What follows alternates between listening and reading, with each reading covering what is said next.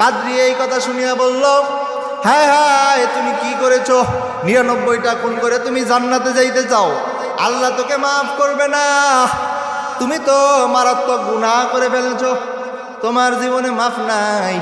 এই কথা শুনিয়া ওই নাফরমান খুনি সিরিয়াল কিলার বলতেছে, যেহেতু আল্লাহ আমাকে মাফই করবে না, তাহলে তোমাকে বাঁচিয়ে রাখার কি দরকার? ওই আল্লাহ তাআলার বান্দা ওই নাফরমান সিরিয়াল কিলার ওই পাদ্রীকে মেরে ফেললো বলে তোমাকেও মেরে ফেলি।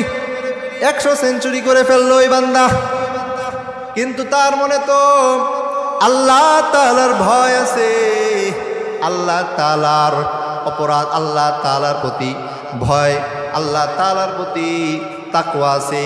এজন্য সে তার মনের মধ্যে এই ভয় লালন করে আবার এলাকাবাসীর কাছে আইসা বলল, এখন কোনো উপায় আছে নাকি? তোমাদের বলা কথা অনুযায়ী আমি তো এই পাদ্রীর কাছে গেলাম, কোনো কাজ হলো না, আমি ওকেও মেরে ফেলেছি। এবার ওই এলাকাবাসী বলল, তুমি আর কোনো চিন্তা নাই, তুমি অমুক এলাকায় একজন বড় আলেম আছে, অমুক এলাকার মধ্যে বড় একজন ওলি কামেল আছে, ওই ওলি কামেলের কাছে যদি যাও তাহলে হয়তো তোমাকে সে সঠিক পথের দিশাও